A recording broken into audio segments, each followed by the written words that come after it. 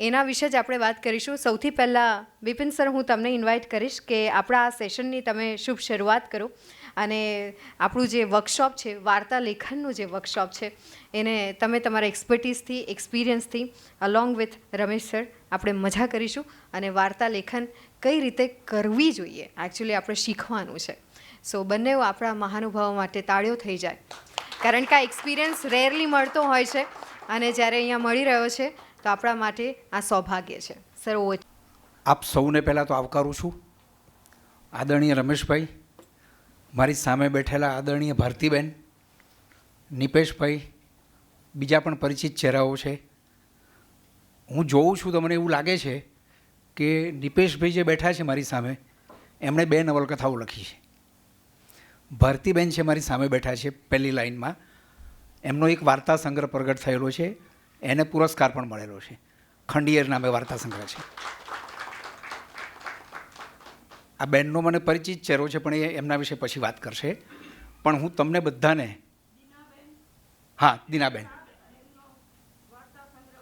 Yes, એમનો પણ વાર્તા સંગ્રહ પ્રગટ થયો છે. અને આઈ હોપ કે તમે લોકો જે મારી સામે બેઠા છો એમાંથી લગભગ આ કાર્યશાળામાં, આપણે ગુજરાતીમાં એક સરસ શબ્દ છે કોહડ પણ કહીએ છીએ, ઘડાવવાનું છે અહીંયા એમ.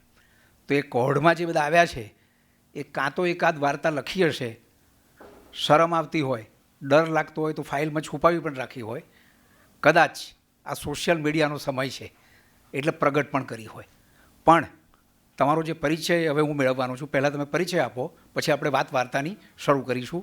પરિચયમાં એટલું મેન્શન કરજો, ખાસ ઉલ્લેખ કરજો કે તમે વાર્તા લખી છે અને એ વાર્તાની સ્થિતિ શું છે, ફાઇલમાં છે, સોશિયલ મીડિયા પર છે કે પછી મેગેઝિનમાં પ્રગટ પણ થઈ હોય, કારણ કે આ બધી જ શક્યતાઓ છે. તો એ જે કંઈ હોય એ તમારા પરિચયમાં એક મિનિટમાં ટૂંકો પરિચય બધા લોકો આપે તો આનંદ થશે મને. નિપેશભાઈથી હું શરૂઆત કરી છે. નવલકથાના આપણને નામ આપશે અને એમનો પરિચય આપશે. ભારતીબેનનો પરિચય મેં આપ્યો છે, પણ છતાં પણ એમને કંઈક કહેવું હોય તો એ પણ કહેશે. યસ. મારું નામ નિપેશ જ પંડ્યા. મેં એક નવલકથા પ્રકાશિત થઈ ચૂકી છે, બીજાનું કામ શરૂ છે. પહેલીનું નામ છે ઉદયાસ્ત દ્વારકા સોમનાથ. યસ. બીજું હજુ કામમાં ચાલુ છે. ઓકે. નવલકથા લખી છે, પણ નવલકથામાંથી વાર્તા સ્વરૂપે કેવી રીતે જોવું, સંક્ષિપ્તમાં બધા પાત્રો સાથે વાત કરીને ખૂબ ઓછા શબ્દોમાં કેવી રીતે વાત કરવી. હા, હા, એ મારો આજે શીખવાનો પ્રયાસ. કરેક્ટ. યસ. વાર્તાઓ લખવાનો પ્રયત્ન કર્યો છે, નાની પણ હજુ છપાઈ નથી. યસ. હા, ભારતીબેન આવી ગયો પરિચય. હા, બેન.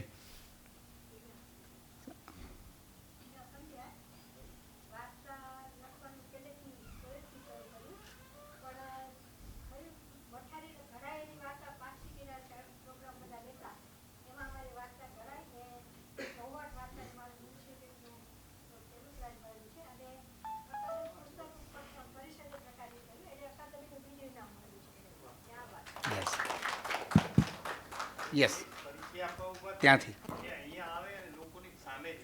હા, તો પણ સરસ. ભાઈ, અહીંયા આવીને આ બાજુવાળા અહીંયા આવશે, આ બાજુવાળા અહીંયા આવશે, એવું કરો. Yes, please.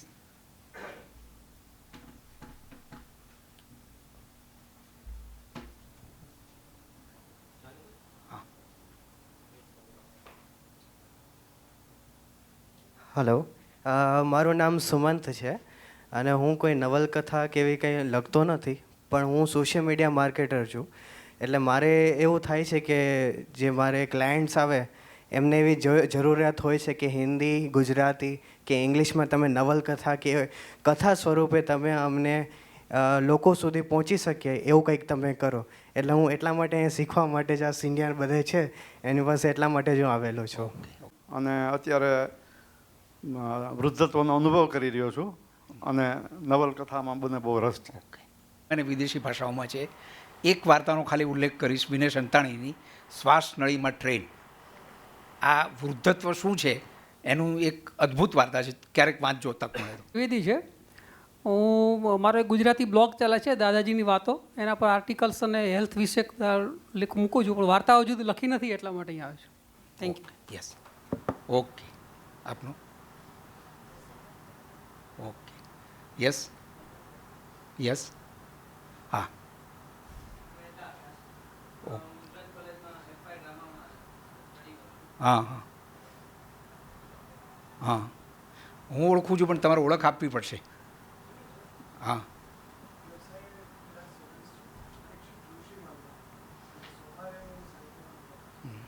એમને હું વર્ષોથી ઓળખું છું અને બહુ સાહિત્યના બહુ મોટા વાચક છે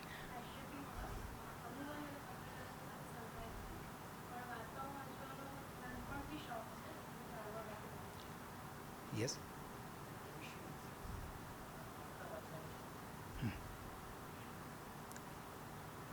પાછળ હા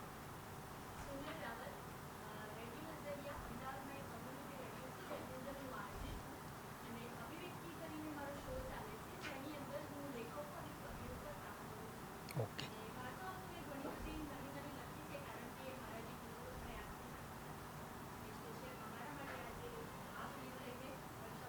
અચ્છા અચ્છા ઓકે યસ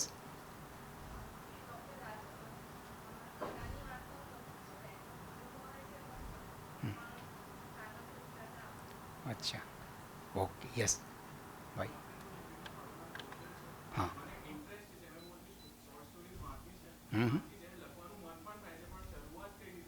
અચ્છા ઓકે એકાદ વાર્તા યાદ છે વાંચેલી હા ઓકે ઓકે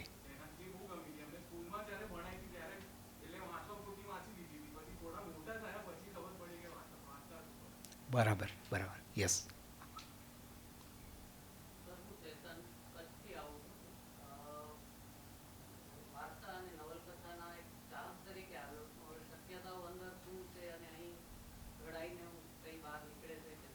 બરાબર બરાબર કચ્છમાં બહુ વાર્તાકારો અને નવલકથાકારોનું બહુ મોટો સમૂહ છે અને એ લોકોએ કચ્છના અનુભવ ઉપર ઘણી બધી વાર્તાઓ લખી છે એટલે અહીંના અનુભવથી તમે કચ્છના અનુભવની વાર્તા લખો યસ પરિચય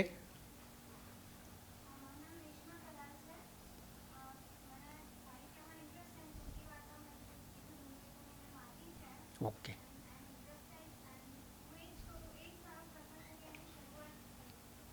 ઓકે યસ હા આ બાજુથી તમને તો જાણું છું પાક્ષિકીમાં નિયમિત આવે છે વાર્તાઓમાં રસ લે છે યસ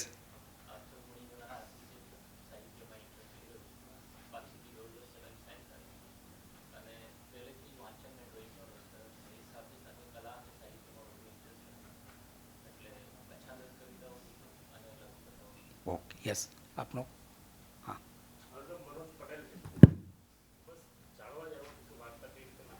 ઓકે ઓકે યસ મારું નામ પ્રજ્ઞેશ દેવાંશી છે અને અત્યારે સચિવાલયમાં સ્ટેટિસ્ટિકલ આસિસ્ટન્ટ તરીકે ફરજ બજાવું છું ઓકે આમ આંકડા સાથે મારો નાતો છે પ્રોફેશનલી પણ ખરેખર જોવા જઈએ તો સાહિત્યનો માણસ છું ભૂલભૂલમાં આંકડામાં પેસી ગયો એવું લાગે છે કાવ્ય લેખનમાં પણ રસ છે અને એ રીતે હમણાં વાર્તા લેખનમાં પણ રસ ધરાવું છું 6 જેટલી વાર્તાઓ લખી છે જે હજુ મારી પાસે મારી ફાઇલમાં જ સચવાયેલી પડી છે ઓકે અમુક નજીકના મિત્રોને જેમને વાંચવા આપી છે એમણે તો વખાણ કર્યા છે પણ કદાચ એ મૈત્રીના નાતે હોઈ શકે મૈત્રી વિવેચન એવો એક શબ્દ પણ છે આપણે ત્યાં કરેક્ટ તમે હમસફર છો મારા મેં સચિવાલયમાં આખી જિંદગી કાઢી છે એ મિસફિટ કહો કે ફિટ કહો જે કહો એ સમટાઈમ્સ મને પણ અમુક વખત અને એવું અને લાગે. અને અને હવે લેસન તમને આપું છું એમ Yes, sir. બરાબર કે લેસન એ છે કે મેં સચિવાલયના અનુભવની ઘણી બધી વાર્તાઓ લખી છે Okay. તો તમે પણ સરકારી જે અનુભવ છે એની વાર્તાઓ લખો એ ક્ષેત્ર હજુ થોડું ઓછું ખેડાયેલું છે ચોક્કસ sir. એના વિશે વાર્તાઓ ઓછી જોવા મળે છે પ્રયત્ન કરીશ યસ પ્લીઝ હું આનંદ પારેખ યુવાની અનુભવી રહ્યો છું અને યુવાન જ છો તમે પણ તમે Yes. નહીં અનુભવો તો કોણ અનુભવશે એટલે એક good. રાષ્ટ્રભક્ત યુવાન ઉપર જ મેં સ્ટોરી લખેલી એક જ સ્ટોરી લખેલી હા, હા. ઈરાકના કુર્ગિસ્તાનના અચ્છા. એક યુવાન ઉપર સ્ટોરી લખેલી વાહ, મેં. વાહ. મેં જેટલું ત્યાંના વિશે જાણ્યું એ પ્રમાણે ફીલ કરીને મેં લખેલી સ્ટોરી અચ્છા, અચ્છા. અને મારામાં પણ રાષ્ટ્રભક્તિ છલો છે જ કારણ કે નાનપણથી જ સંઘનો સ્વયંસેવક રહ્યો છું અને છું Correct. અને રહીશ ગૂગલ સર્ચથી પણ વાર્તાઓ થઈ શકે છે right right right yes Thanks. Okay મારું નામ ઉદિત પાઠક છે અને બેઝિકલી હું નાટકનો માણસ છું એટલે મને વાર્તા લખવાની ઈચ્છા થાય. વાર્તા લખવાનું ચાલુ પણ કરું છું, બસ એ વાર્તાઓ પૂરી નથી થતી, એટલા માટે હું આ વર્કશોપ એટેન્ડ કરવા. Okay yes. Thank you. હા બેન. ફાઇન. નમસ્કાર, મારું નામ સંકેત ઠક્કર છે. ગુજરાતી ભાષામાં બહુ ઊંડો રસ ધરાવું છું અને દરેક ક્ષેત્રમાં મારે ખેડાણ કરવું છે. એટલે આ વાર્તા કઈ રીતે લખાય એટલે મેં લખેલી પણ છે, પણ હજી એવું થાય છે કે હજી તો હું આમ દરિયામાંથી એક બિંદુ પણ લીધું હોય એવું નથી મેં લાગતું મને, એટલે શીખવા માટે આવ્યું. તો તમે છે ને રોલ મોડલ રમેશભાઈને બનાવજો, એમનો હમણાં પરિચય આપીશ એટલે ખ્યાલ આવશે તમને. ઓકે. યસ. હા. મારું નામ ભાવિક સોની છે. હું થિયેટર ગ્રુપમાં એક્ટિવ પર્સન છું. હું નાટકમાં જ જોડાયેલો છું અને સ્ટોરી અને સ્ક્રીન રાઇટિંગમાં હું આપું છું યોગદાન, થોડુંક હજુ સ્ટાર્ટ જ કર્યું છે.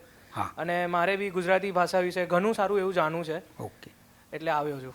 સરસ. યસ.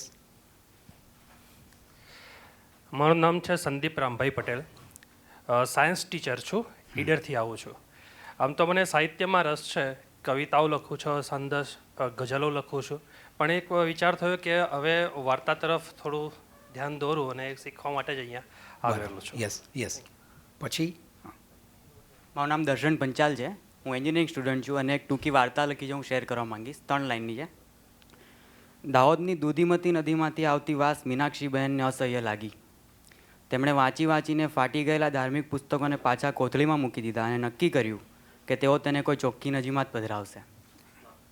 અને આપણે લઘુકથા પણ કહેવાય અને અંગ્રેજીવાળાઓ એને ફ્લેશ ફિક્શન કહે છે. So it is a flash fiction. Yes. પછી મારું નામ રણછોડભાઈ તલસાણિયા છે.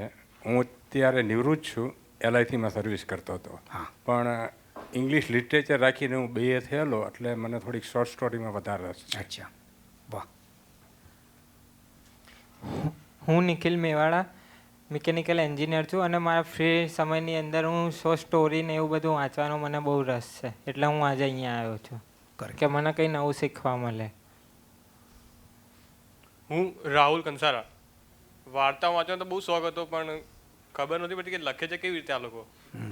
મગજમાંથી બસ એના માટે જ આપણે મળ્યા છીએ કે આ કેવી રીતે લખાય છે, આ શું છે. એટલે આજે અહીંયા એટલે એ રહસ્ય આજે આપણે ઉકેલવાનું છે, આપણે બધાય ભેગા થઈને. યસ. શક્તિ મુંદવા, ડેવલપમેન્ટ કોમ્યુનિકેશનનો સ્ટુડન્ટ છું અને વાર્તા કઈ રીતે લખાય, ફોર્મેટ શું છે એવી કોઈ જ ખબર નથી, એટલા માટે. Haresh Chaudhary, journalism student development કોમ્યુનિકેશનમાં, અને શીખવા માટે આવ્યો છું લખવું કઈ રીતે. અરવિંદ ચૌધરી, જર્નાલિઝમનો સ્ટુડન્ટ છું ગુજરાત યુનિવર્સિટીમાં. વાર્તા લખવાનો ટ્રાય કરેલો પણ એન્ડિંગ નથી આવતું, એટલે ઘણા હેપી એન્ડિંગ હોય છે ને અડધાનું એન્ડિંગ અલગ અલગ ટાઈપના એન્ડિંગ હોય છે, એટલે કેવી રીતનું એન્ડ લાવો એવી રીતનું. બરાબર. યસ. મારું નામ અંકિત પંચાલ છે. મારે ભવિષ્યના વિનોદ ભટ્ટ બનવું છે. ઓહ. હજુ સુધી 5 પુસ્તકો લખી શક્યો છું હાસ્યના. એ મારી પાસે છે. કેટલાક મિત્રોની મિત્રતાના સમ આપીને વંચાયા પણ છે, પણ એમને ફક્ત 1-2 પાના વાંચ્યા છે બસ. પછી એમ જ કહે છે કે યાર આવું બધું લખવાનું તું છોડી દે. પણ પછી હું પણ કહું છું કે ભઈલા લખતા મને નથી આવડતું, પણ છે ને વાઘના બચ્ચાને શિકાર કરતા ન આવડે તો એના મા બાપ એને એમ નથી કહેતા કે ભાઈ તું શિકાર કરવાનું છોડી દે. એટલે હું અત્યારે સ્ટુડન્ટ છું અને સાહિત્યમાં પણ સ્ટુડન્ટ છું. Thank you. ભાઈને વિનોદ ભટ્ટ બનવું છે. વિનોદ ભટ્ટે વાર્તા સંગ્રહ પ્રગટ કર્યો હોય એવું મારી જાણમાં નથી, પણ મજાની વાત કહું, ગુજરાતી વાર્તાનો જે આરંભ થયો ને એ હાસ્ય પ્રધાન વાર્તાઓથી થયો હતો. એટલે એને શરૂઆતમાં એવું કહેતા કે હળવી વાર્તા, હળવું વાંચન. એટલે હળવા વાંચનના આશયથી શરૂ થયેલી ગુજરાતી વાર્તા એ શિખરો સર કરતી ધૂમકેતુથી માંડી, જયંત ખત્રીથી માંડી અને છેક આધુનિક તમે લોકો લખવાના છો ત્યાં સુધી આવી છે. એટલે બરાબર છે, પણ એની એ વાર્તા થઈ શકે. આપણે વિનોદ ભટ્ટ ભલે ન થઈએ, પણ વાર્તા તો આપણે હાસ્યની લખી જ શકીએ કે જેમાં હાસ્ય પ્રધાન હોય. હું બધાને ફક્ત એક જ રિક્વેસ્ટ કરીશ કે મારો એક લેખ છે અમેરિકામાં કાગડા હોય કરીને, એ માતૃભારતી પર રિલીઝ થયો છે, તો પ્લીઝ તમે બધાને વાંચજો, જેથી મને લખવામાં વધારે પ્રોત્સાહન મળે. અને 8 તારીખે એક બીજો લેખ પણ રિલીઝ થાય છે એના પર, કીડી મકોડાને ડાયાબિટીસ હોય એમ કરીને. Thank you. યસ. નમસ્કાર, મારું નામ સમીર છે અને હું પાછલા 10-11 વર્ષથી હોસ્પિટલ લાઇનમાં કામ કરું છું. હું ડૉક્ટર શરદ ઠાકરનો ચાહક બી છું અને વાચક બી છું. અને એમને જેમ પોતાની બધી વાર્તાઓ પોતાના અનુભવ ઉપરથી લખેલી છે, એમ મારી પાસે બી હું ત્યાં ફ્રન્ટ ઓફિસમાં કામ કરતો, હોસ્પિટલમાં તો ઘણી બધી વાર્તાઓ મારી સામે હોય છે, પણ જેવી રીતે મારા ભાઈઓએ કીધું કે એ કેવી રીતે લખવી અને કઈ રીતે એને આગળ વધારવી શબ્દોમાં, એ નથી આવડતું, એ શીખવા આવ્યો છું અહીંયા. Okay, yes. મારું નામ ઝુબિન ત્રિવેદી છે, હું બરોડાથી આવું છું અને ટૂંકી વાર્તાઓ વાંચી છે પણ હજુ લખવાનો અનુભવ નથી. એકાદ કોઈ સ્મરણીય કોઈ વાર્તા યાદ હોય તો? હિન્દીમાં ઘણી બધી હમણાં અચ્છા, વાંચેલી કોઈ? છે. ઓકે, પછી યાદ આવે. આ બાજુમાંથી કોઈ પછીથી આવ્યા હોય ને પરિચય બાકી હોય? યસ.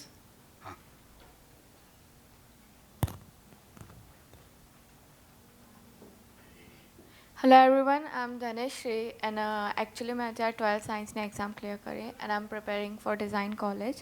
So I'm readerholic, તો મને સ્ટોરીઝ વાંચી બહુ ગમે and I'm big fan of Dr. I.K. Vijaliwala. એમની શોર્ટ સ્ટોરીઝ હું બહુ વાંચું છું. So I'm here to feel that how they express their words and emotion in book. આઈ કે વિજયવાળાએ છે ને પ્રસંગ કથાઓ લખી છે અને નાનકડી જીવન કથાઓ લખી છે, વાર્તાઓ નહીં. Yes, best. હવે કોઈ? હા, હું મીનાક્ષી રાવલ. મને વાંચવાનો શોખ છે એટલા માટે હું વાર્તા શું છે એ સમજવા માટે. યસ, તમારો પરિચય છે જ અમને. યસ, થઈ ગયો પરિચય? હા હા.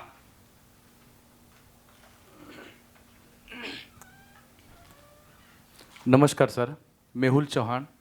એકચ્યુઅલી સર BAPSની જે બાળ પ્રવૃત્તિ ચાલે છે એમાં હું એક સંચાલક તરીકે છું. એટલે એક અઠવાડિયાની અંદર એક વખત અમારી બાળ સભા હોય છે, એમાં અમારે બાળ વાર્તા રજૂ કરવાની હોય છે અને એમાં 3 વર્ષ પહેલાં એક બાળ વાર્તા રજૂ કરવાની તેની કોમ્પિટિશનમાં મારો 3rd નંબર આવેલો. એટલે બાળ પ્રકાશ છે, પછી બાળ ભાસ્કર છે, આ બધામાં જે સ્ટોરી આવે એ તો અમે વાંચતા જોઈએ છીએ અને અમારે બાળકોને રજૂ કરવાની હોય છે, પણ હજી લખવાનો કોઈ પ્રયત્ન નથી કર્યો, એટલે ખાસ આજે વર્કશોપ માટે આવ્યો છું. યસ. પછીથી કોઈ આવ્યું હમણાં? હા.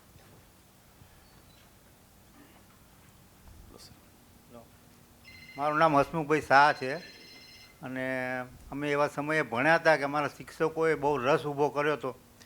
તો અમે ભાવક છીએ, સાહિત્યના બધા પ્રકારોમાં રસ છે અને સંશોધનાત્મક, એટલે કંઈક નવું જાણવું. આ ભાઈ, આ બાબાએ હમણાં વાત કરી ને કે કીડી મકોડાને ડાયાબિટીસ, તો હા છે જ.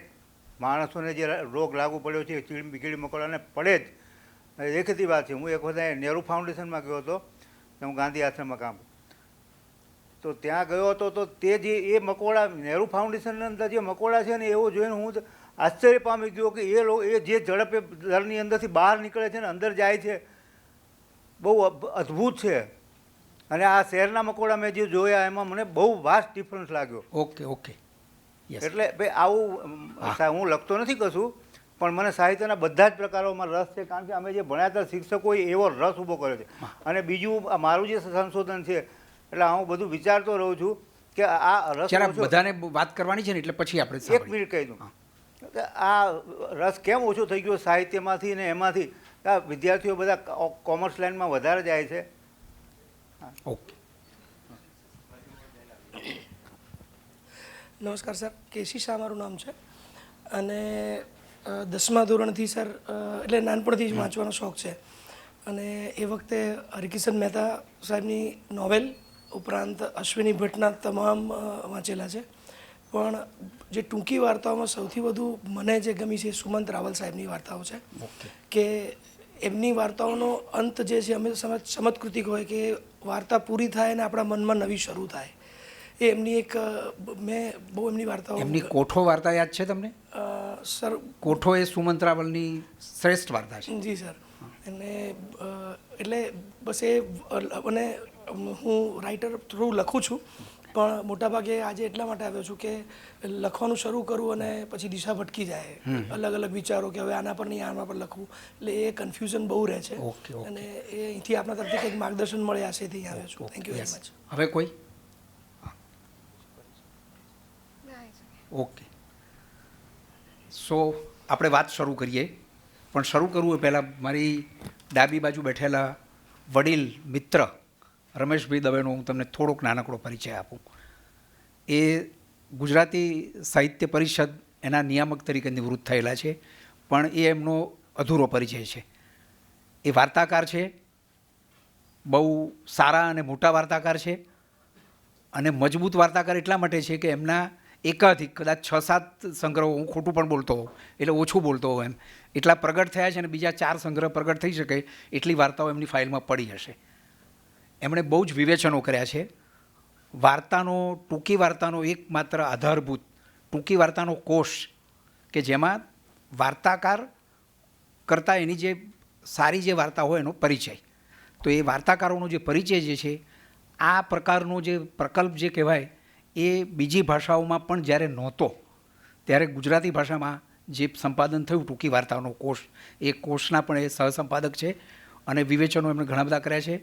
નવલકથાકાર છે, નવલકથાઓ પણ એકાધિક લખી છે ને એકાધિક એમની પાસે પડી છે પ્રગટ થવા માટે. એટલે એ રીતના એમનું બહુ મોટું ગંજાવર કામ છે. અને સૌથી વધારે પરિચય વાર્તા હું વાંચતો બહુ, પણ મેં લખવાની શરૂ કરી ત્યારે વાર્તા લખવાના જે લેખનના પાઠ કહેવાય ને એ આરંભમાં એમની પાસેથી ભણ્યો છું. એટલે અહીંયા આપણી પાસે એ યુવતી છે કે જેમણે મને વાર્તા ભણાવી છે, એ અહીં બોલે છે અને જે વાર્તા ભણાવી છે તે પણ આપણને સાથે શેર કરશે. હવે મારે જે કહેવાનું છે એ વાત હું કરું. 2017ના વર્ષમાં મને પહેલો વિચાર આવે તો કયો વિચાર આવે કે છેલ્લા 3 વર્ષમાં આખી દુનિયા અને આપણો ભારત દેશ એ કંઈક જુદી રીતે બદલાઈ રહ્યો છે. તો આ બદલાવ કયો આવી રહ્યો છે?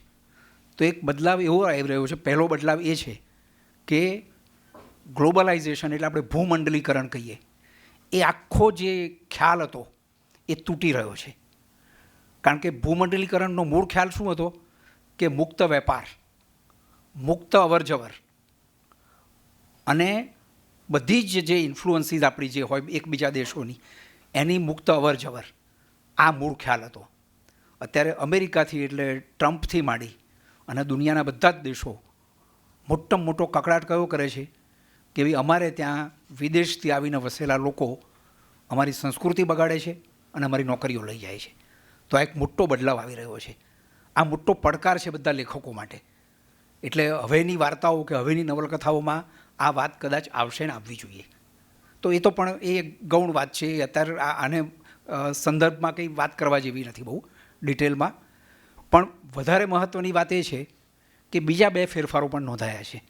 મોટાભાગના યુવાનો છે એટલે મારે કહેવું છે કે યુવાનોમાં ધર્મ પ્રત્યેની આસ્થા ઘટતી જાય છે. તમે સર્વે કરો કે નિયમિત મંદિરે કેટલા લોકો જાય છે, નિયમિત ચર્ચમાં કેટલા લોકો જાય છે, એમની જે કંઈ ધર્મની બિલીફ હોય એના ધર્મસ્થાનોમાં કેટલા લોકો જાય છે, સંખ્યા ઘટતી જાય છે. આ ઘટે છે સારું છે કે ખોટું છે એના ન્યાય તોડવા હું બેસતો નથી. વાર્તાકાર કોઈનો ન્યાય તોડે નહીં એટલે એ આપણે તોડતા નથી. પણ બીજો ફેરફાર થયો છે એ જરા વધારે ચોંકાવનારોને ધ્યાનપાત્ર છે. એ ફેરફાર એ છે કે અત્યાર સુધી એન્જિનિયરિંગમાં ભણતા હોય, મેડિસિનમાં એટલે કે ડૉક્ટર જે થતા હોય એ લોકોને કંઈક સાહિત્યનો સ્પર્શ હતો. મને યાદ છે કે હું કોલેજમાં ભણતો 1969-70માં જ્યારે હું કોલેજમાં દાખલ થયો તો તે સમયે બધી જ વિજ્ઞાનની કોલેજોમાં અથવા એન્જિનિયરિંગ કોલેજોમાં પણ એક સબ્જેક્ટ હ્યુમેનિટીઝનો હતો, સાહિત્ય ભણાવવામાં આવતું હતું. એટલે કોઈ પણ વિજ્ઞાનનો વિદ્યાર્થી એ સાહિત્ય ભણ્યા વગરનો ન રહી જાય. કારણ કે એન્જિનિયરિંગ કે વિજ્ઞાન એ લાંબા સમયના સંશોધનને અંતે તમને શુષ્ક બનાવી દે છે, તમને લાગણી વગરના બનાવી દે છે. તો લાગણીનું આરોપણ કે રોપણ કોણ કરે આપણામાં? તો એ સાહિત્ય સિવાય કોઈ ન કરી શકે. તો એ ચોંકાવનારું પરિણામ એ છે કે લગભગ દુનિયાની બધી જ યુનિવર્સિટીઓમાંથી એન્જિનિયરિંગ હોય કે મેડિસિન હોય સાહિત્યનો વિષય કાઢી નાખવામાં આવ્યો છે. આપણે ત્યાં પણ નથી, સાહિત્ય ભણતા જ નથી વિજ્ઞાનના વિદ્યાર્થીઓ. અને એને કારણે કારણ કે એ લુક્રેટિવ છે, નોકરી જલ્દી મળી જાય છે, સમાજમાં માન વધારે છે. કારણ કે વિનયન વિદ્યાશાખા અથવા તો આર્ટ્સવાળાનું એટલું બધું કંઈ માન નથી એમ કે ક્યાંય ન મળે એટલે આર્ટ્સમાં જાય, એવી એક પોપ્યુલર કહેતી અમારા વખતમાં હતી. તો આ જે થયું છે એ બહુ ચિંતાજનક છે કે વિજ્ઞાન વિદ્યાશાખાવાળાને તો ન જ હોય પણ હ્યુમેનિટીઝ એટલે માનવ વિદ્યાશાખામાં સંખ્યા ઘટતી જાય છે. તો આ ઘટતી જતી સંખ્યામાં મને આશ્ચર્ય અને આનંદ બંને છે કે આટલી બધી સંખ્યામાં ગુજરાતી ભાષાની અંદર વાર્તા લખવી તો કેવી રીતના લખવી એ માટે તમે આટલા લોકો આવ્યા છો, એટલે હું પહેલો મારો આનંદ વ્યક્ત કરું છું. બીજી વાત, ભારત દેશમાં અને સવિશેષ ગુજરાતમાં લગભગ આપણે ધસમસી રહ્યા છીએ અંગ્રેજી મીડિયમ પ્રતિ. અંગ્રેજીની સામે કોઈ વાંધો ના હોય કે હું પણ અંગ્રેજી વિષયનો વિદ્યાર્થી છું, અંગ્રેજી સામે વાંધો નથી, પણ આપણે જે ગતિથી ધસી રહ્યા છીએ અંગ્રેજી માટે અને અંગ્રેજીને લગભગ આપણી માતૃભાષા બનાવી દઈએ એટલા જનૂનથી આપણા બાળકોને ભણાવી રહ્યા છે. કોઈ પણ શેરીમાં તમે હું ચાલવા જાઉં સાંજના સમયે તો કોઈ પણ માં એ એના દીકરાઓ જોડે વાત કરશે તો શું કરશે કે જો પેલો પીકોક આવ્યો, બરાબર છે, જો પેલી કાવ આવી, જો પેલો બફેલો આવ્યો, તમારી ભાષાનું શું થશે તો પછી? તો આ આશ્ચર્યજનક રીતે અંગ્રેજી તરફ જે ધસી જવાનું વલણ છે, ત્યારે તમે લોકો ગુજરાતી ભાષામાં વાર્તા લખવાની વાત કરી રહ્યા છો, એ બહુ મોટી આનંદની વાત છે. અને ત્રીજી વાત કે ભારતની અંદર ભાષાનો જે સર્વે આપણે કહીએ ને, તો એ પહેલો સર્વે એ લગભગ 1894માં ગ્રીયર્સને હાથ ધરેલો. તો તે વખતે જે ભાષાઓ હતી એમણે નોંધી હતી અને કંઈક અરાઉન્ડ 500 કે 400 ભાષા એમને મળી આવી હતી. તે પછી મોટો ભાષાકીય સર્વે 2013માં ડૉક્ટર ગણેશ દેવીના અધ્યક્ષપદે કેટલાક બધા સ્કોલર્સ અંદર જોડાયા હતા, એમણે સર્વે કર્યો. લેંગ્વેજ સર્વે કેટલી છે ભાઈ આપણે ત્યાં, તો એમના સર્વે પ્રમાણે ભારતમાં અત્યારે 780 ભાષાઓ છે. હવે બીજું એક આશ્ચર્ય છે કે આ 780 ભાષામાં 50% ભાષાઓ કોણ બોલે છે? આપણે બધા શહેરના માણસો છીએ, હું પણ શહેરી છું. આદિવાસીઓ બોલે છે, આદિવાસી ધેટ ટુ 780માંથી 40% લોકો હિન્દી બોલે છે. એક એમણે નોંધ્યું છે કે મેઝી નામની ભાષા છે, સિક્કિમમાં છે, એના સ્પીકર્સ બોલનારા 4 જ જણ છે. એ 4 જણ નહીં હોય એટલે ભાષા ગઈ.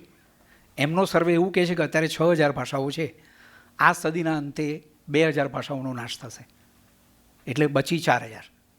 હવે આપણે જો અંગ્રેજી મીડિયમ તરફ, કારણ કે આ માતૃભાષાનો પ્રચારનો કંઈ આ પ્લેટફોર્મ નથી, પણ બહુ સાદી એક વાત હું હરીડલી કહી દઉં કે કોઈ પણ બાળક એની જે ભાષા શીખવાની ક્ષમતા હોય છે 12 વર્ષ સુધી, એ માત્ર ને માત્ર માતૃભાષાની અંદર જ એ આગળ વધી શકે અને એ સિવાય ક્યાંય ના આગળ વધી શકે. ગાંધીજીએ બહુ વર્ષો પહેલાં કહ્યું હતું કે મારા પિતાને હું શાપ તો નથી આપતો, પણ હું નારાજ છું મારા પિતાથી કે મને અંગ્રેજીમાં મૂક્યો, એને કારણે હું કેટલા બધા વિષયો મને નહોતા આવડતા અંગ્રેજીના કારણે, કેટલું હું પીડાયો છું. તો આ પીડાના રસ્તે આપણે લોકો હવે ધસમસી રહ્યા છે. પણ ધેટ એપાર્ટ, એ કંઈ અત્યારે મહત્ત્વનો મુદ્દો નથી. પણ આવા વાતાવરણમાં તમે લોકો ગુજરાતી ભાષાને જીવતી રાખવા માટે આવ્યા છો, તો એનો મને આનંદ છે. એ આનંદ શેર કરીને આપણે આગળ વાત કરીએ. ભાષાને કોણ જીવતી રાખે? ભાષાને 2 જણ લોકો જીવતી રાખે. એક લોકો, ભાષા છે ને લોકો ઘડે છે, લેખકો નહીં.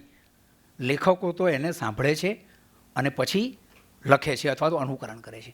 ભાષા ઘડનારું મોટું પરિબળ એ લોક છે. અને એટલે જ ઉમાશંકર જોશીએ એકવાર કહેલું કે આપણે ઘણા બધા અંગ્રેજી ભાષાના શબ્દો છે ને, એનું ગુજરાતી કરવા માટે, અનુવાદ કરવા માટે વિદ્વાનો ફાંફા મારતા હોય છે. એમણે કહ્યું કે એકવાર હું બહાર ગયો હતો એમના ઈડર બાજુના પ્રદેશમાં, તે વખતે ઇન્દિરા ગાંધી વડાપ્રધાન હતા આપણા. તો એ ઇન્દિરાબેન આવવાના હતા, હેલિકોપ્ટરમાં આવવાના હતા. તો હેલિકોપ્ટર ઉતરે એ જોવા માટે, એ વિસ્તાર આદિવાસીનો વિસ્તાર છે, બધા આદિવાસીઓ ટોળે વળ્યા હતા અને એમાંથી એક જણો બોલ્યો, એ પેલું અધર્યું આવ્યું. તો આ ભાષા છે. એટલે આ લોકો આવી રીતના ભાષા ઘડે છે. એટલે ભાષા ઘડનાર લોક છે અને એને ફોલો કરીને લખનારા આપણે લોકો છીએ. એટલે આપણું પહેલું કામ લેખક તરીકે આપણે જે આ કાર્યશાળા જે કરીએ છીએ, તો પહેલું કામ કયું સર્જકનું, કોઈ પણ સર્જકે શું કરવું પડે? તો પહેલું કામ ભાષા સાંભળવી પડે. સાંભળનારા ખેલંદાઓ આપણે ત્યાં ઘણા બધા છે.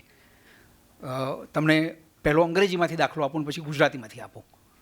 એક જેમ સિંજ કરીને, અથવા તો સિંજે જે ઉચ્ચાર થતો હોય તે, આઈ એમ નોટ શ્યોર, તો એ જે હતા એમણે રાઇડર્સ ટુ ધ સી નામનું એક નાટક લખેલું છે. એ આયરિશ નાટ્યકાર હતા અને એમણે દરિયાકાંઠે રહેતા માછીમારોની વાત કરવી હતી એમના નાટકમાં. તો એ ભાષા તો આવડે નહીં, આપણને કેવી રીતે આવડે?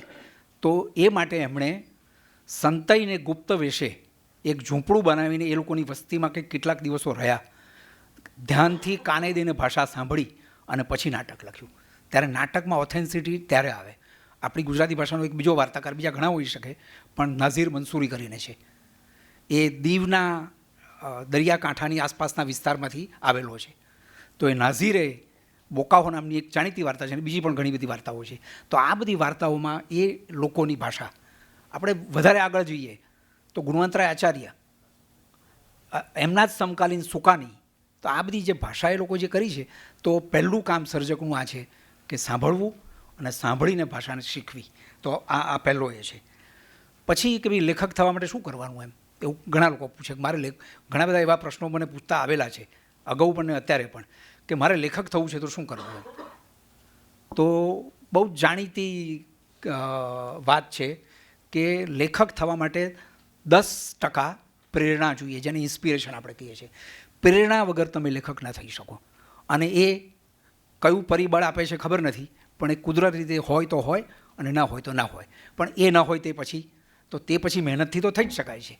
એટલે કોઈ પણ લેખકમાં પ્રેરણા ગમે એટલી હોય, મહેનત એ 90% ભાગ છે. એટલે પરસ્પાયર થવું, પરસેવો પાડવો, તો પરસેવો તો તમારે 90% પાડવો જ પડશે. પછી આ જે ભાષા શીખવી છે મારે એમ, તો એ તો સાંભળવાનું તો એક માધ્યમ આપણે થયું. બીજી ભાષા શીખવાનો કયો એ, તો બીજી વાત, ભાષા માટે પ્રેમ હોવો અનિવાર્ય છે. અંગ્રેજીમાં એક સરસ શબ્દ છે પેશનેટ. પેશનેટનું એક્ઝેક્ટ ગુજરાતી મને સૂચતું નથી રમેશભાઈ. પેશનેટ હોવા જોઈએ. હા પણ એ પેલું જરાક જાડું છે, મને સૂચશે તો હમણાં કહીશ. તો ભાષા માટે લગન અથવા લગાવ હોવો જોઈએ. તો આ લગાવ તમારામાં ન આવે ત્યાં સુધી ન થાય. હું તમને અંગ્રેજી ભાષાનો ખાલી એક દાખલો આપું. અંગ્રેજી ભાષાની શરૂઆત કરનાર ચોસર હતા. ચોસર એ કવિ હતા. એમની ઘણી બધી પંક્તિઓ અત્યારે મનમાં યાદ આવે છે, પણ એ કંઈ સમય નથી આપણી જોડે. તો ચોસર એ પહેલાં મોડર્ન ઇંગ્લિશ રાઇટર હતા, અથવા જેમણે ઇંગ્લિશ ભાષા રચી. તો ચોસરે એમના વખતમાં ઉપલબ્ધ જે શબ્દો કેટલા હતા, તો ભાઈ 1,50,000 શબ્દો હતા.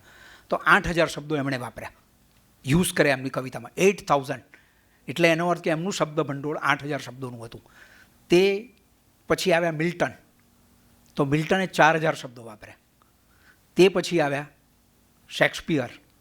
એમના વિશે કંઈ તમને મારે કહેવાનું ના હોય. કદાચ એકાદું નાટક તમે ગુજરાતીમાં વાંચ્યું હશે. શેક્સપિયરે અંગ્રેજી ભાષાના 29,000 શબ્દો વાપર્યા છે. 29,000. અને કદાચ એમણે ને ચોસરે બંને 1,000 થી 2,000 શબ્દો નવા ઉમેર્યા છે. આજે ઉમેરે તે મોટો રાઇટર, મોટો લેખક. બીજા મોટા થવાના બીજા ઘણા લક્ષણો છે, પણ તો આપણી પાસે ભાષા માટે આવો પ્રેમ હોવો જોઈએ. શબ્દ સાંભળ્યો નથી અને ક્યાંક ચેક કર્યું નથી. હવે આ પછી તો તમે ચેક ક્યાં કરો ભાઈ? મારે આ શબ્દ છે, મેં સાંભળ્યો, તો આ શબ્દનો અર્થ તો મને ખબર નથી. તો અનેક કોર્સ છે, રમેશભાઈ વિગતે વાત કરશે, પણ હું ખાલી 2 તરફ તમારું ધ્યાન દોરું છું કે ગુજરાતી ભાષાના લેખક પાસે પહેલું સાર્થ જોડણી કોર્સ વિદ્યાપીઠે પ્રગટ કરેલો હોવો જ જોઈએ. હમણાં છેલ્લી એક એડિશન આવી છે, ખરીદી લેજો તમે, કારણ કે જોડણી પણ આવડે અને શબ્દનો અર્થ પણ આવડે. એમ તો કેકા શાસ્ત્રીનો પણ વધારે પૂર્વજ છે, એટલે ઘણા બધા હોઈ શકે. બીજું, લેખક થનારે એની પાસે થેસોરસ, એટલે થેસોરસ એટલે જેને શું કહે છે કે ગુજરાતી ભાષાનો શબ્દાર્થ કોષ, આવો એક કોષ હોવો જોઈએ. એક શબ્દના અનેક અર્થ આપેલા હોય, પર્યાયવાચી. તો એ ઈશ્વરલાલ દવેનો મારા જાણમાં છે અને આપણી ગુજરાતી સાહિત્ય અકાદમીએ બહાર પાડેલો છે. બીજા પણ હોઈ શકે. તો આ 2 વસ્તુ કોઈપણના ટેબલ પર અનિવાર્યપણે હોવા જોઈએ, જો લેખક થવું હોય અથવા તો વાર્તાકાર થવું હોય. પછી ત્રીજી વાત કઈ આવે તો વાંચન સિવાય કોઈ પણ સ્વરૂપ ખેડી શકાતું નથી. વાંચન એ અનિવાર્ય અંગ તમારા જીવનમાં હોવું જોઈએ. મારો માપદંડ એ છે કે જેણે પહેલાં 500 વાર્તા નથી વાંચી એને એક પણ વાર્તા લખવાની હિંમત ન કરવી જોઈએ. આમાંથી કોઈએ 100 પણ વાંચ્યું હોય તો આંગળી ઊંચી કરે. Wonderful, wonderful, wonderful. કેટલા બધા છે? યસ, એટલે રીડિંગ, જે વાંચન જે છે એ અનિવાર્ય છે. અને તમારી ભાષાનું, કારણ કે આપણે ગુજરાતીમાં લખીએ છીએ, તો ગુજરાતી ભાષામાં 500 વાર્તા ન વાંચો તો જ પરંપરાની તમને ખબર પડે કે ધૂમકેતુ કેવી રીતના લખતા હતા, ધનસુખલાલ મહેતા કેવી રીતના લખતા હતા, જયંત ખત્રી શું બદલાવ લાવ્યા, સુરેશ જોશી શું બદલાવ લાવ્યા, પછી 80 પછી જે વાર્તાનું એક જુદું મોજું આવ્યું કે ગામડામાંથી અહીંયા આવીને વસેલા લોકો, એ લોકો કેવી વાર્તાઓ લખે, તો આ બધું અનિવાર્ય છે. હવે મૂળ વાર્તા તરફ જઈએ કે ભાઈ વાર્તા મારે લખવી હોય તો શું ધ્યાન રાખવું પડે. તો પહેલી વાત ભાષા, જેની આપણે વાત કરી. અનુભવ વગર વાર્તાકાર થવાતું નથી. એટલે એકલું વાંચીને ન થવાય. વાંચીને પરંપરાની ખબર પડે પણ અનુભવ વગર વાર્તા ન લખી શકાય. સંવેદન, કશા પણ કોઈ બનાવ બને આપણી સામે તો એ સંવેદન અનુભવવું જોઈએ. તમે જ્યાં સુધી અંદર તમારા હૃદયમાં એનો કારમો ઘા ન પહોંચે, કે આ જ્ઞાનદેવના ને બધા દાખલાઓ જાણીતા છે, હું રિપીટ નથી કરતો, તો સંવેદન જોઈએ. અને બીજું કલ્પના. તો આ 4 વસ્તુ ના હોય તો વાર્તા ન લખાય. તો એક આ એનું બેઝિક છે. હવે ટૂંકી વાર્તાની વ્યાખ્યાઓ અનેક થયેલી છે. હું તમારી સાથે 4-5 વ્યાખ્યાઓ શેર કરીશ કે ભાઈ ટૂંકી વાર્તા કોને કહે છે. આપણા બધા માસ્ટર્સ જે સ્ટોલવર્ડ્સ કહેવાય બધા, એ લોકો શું કહેતા હતા. તો પહેલી વાત તો વૃત્ત એટલે થવું અથવા તો બનવું, એના ઉપરથી વાર્તા. એટલે કશુંક બને અને એના વિશે આપણે વાત કરીએ તો એ વાર્તા. પછી બીજી એક વ્યાખ્યા છે, ચંદ્રકાંત બક્ષી એ એમની શૈલી માટે બહુ જાણીતા હતા. બક્ષીને તમે ઘણા બધાએ વાંચ્યા હશે. મેં એમની બધી જ વાર્તાઓ અને લગભગ બધી નવલકથાઓ અને બીજું ઘણું બધું વાંચ્યું છે, નિબંધો પણ. તો બક્ષીએ એવું કહેલું કે ટૂંકી વાર્તા એટલે મોનોસાયકલ, એક પૈડાવાળી સાયકલ ચલાવવી. તે એક પૈડાની સાયકલ ચાલે ના ચાલે તો પછી તો વાર્તા એટલે આટલી અઘરી છે. આ એમનું કહેવાનું એમ છે. બીજી વાત, આ વ્યાખ્યામાંથી બીજો અર્થ એવો નીકળે છે કે આપણે ક્યારેક બી ટૂંકી વાર્તા કોઈ વાંચે પછી અભિપ્રાય માગીએ આપણે ક્યાંય બી કોઈ પણ ફોરમ પર, તો ઘણા બધા શું કે આમ એકંદરે સારી છે, આરંભ સારો છે, પણ મધ્યમાં સેજ દબડી પડે છે અને પણ અંત એમ કે બરાબર નથી. તો ટૂંકી વાર્તા વિશે આવો અભિપ્રાય શક્ય જ નથી. ટૂંકી વાર્તા સારી હોય, ખરાબ હોય, આ 2 જ ઓપિનિયન હોઈ શકે. નવલકથા વિશે આવા વચ્ચેના ઓપિનિયન હોય કે એમાં આમ થાય છે ને તેમ થાય છે. એટલે આ બક્ષીની વ્યાખ્યા છે. પછી માનવ જીવન નવલિકા જેવું છે અને નવલકથા ઇતિહાસ જેવી છે. એટલે નવલકથા એ ઇતિહાસ છે અને આમાં માનવ જીવનની વાત છે. પહેલાંમાં પણ માનવ જીવન તો હોય જ. બીજી એક એવી વ્યાખ્યા છે કે ટૂંકી વાર્તા એક ક્ષણનો વિસ્ફોટ છે, પળની વાત છે, એક મોમેન્ટની વાત છે, એ ટૂંકી વાર્તા છે. નવલકથા ભાઈ લખે છે એમને ખબર છે, નવલકથા વિસ્તારની વાત છે, એમાં ઘણું બધું આવી શકે, પણ ટૂંકી વાર્તામાં એ કોઈ અવકાશ નથી. પછી લાભશંકર ઠાકર, આપણા સૌના, તમે લોકો નામ તો સાંભળ્યું જ હશે, કદાચ કંઈક વાંચ્યું પણ હોય, એમણે એક સરસ વ્યાખ્યા આપી છે. અને મને એવું લાગે છે કે મેં વાંચેલી અંગ્રેજી ભાષામાં અને ગુજરાતી ભાષામાં વાંચેલી જેટલી ટૂંકી વાર્તાની વ્યાખ્યાઓ છે એમાં આ ઉત્તમ છે.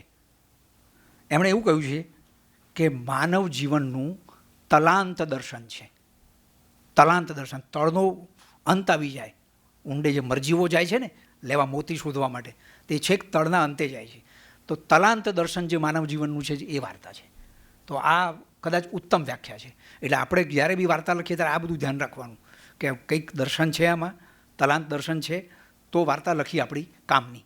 પહેલી વાર્તાએ કદાચ આવું સિદ્ધ ન થાય, પણ 50મી વાર્તાએ થાય પણ ખરું. પછી તિરાડનો અજવાસ એટલે ટૂંકી વાર્તા. અને ટૂંકી વાર્તા એટલે અનુભૂતિ કણ. આટલી એવી જાણીતી વ્યાખ્યાઓ છે. હવે વ્યાખ્યાઓ તો પૂરી થઈ ગઈ. ટૂંકી વાર્તા લખવી હોય તો શું કરવું જોઈએ, આ પહેલો મોટી સમસ્યા હોય છે. મારી પાસે પણ હતી જ. મેં લખવાની શરૂ કરી, ભાઈ ટૂંકી વાર્તા લખવી મારે શું કરવાનું એમ. તો વાંચી તો ખરી, પણ વાંચીને પછી કદાચ આપણે સહેજ ઓછા ચાર્જવાળી બત્તી હોય તો ના થાય બત્તી એમ. તો એ ટૂંકી વાર્તા લખવી હોય તો શું કરવું જોઈએ.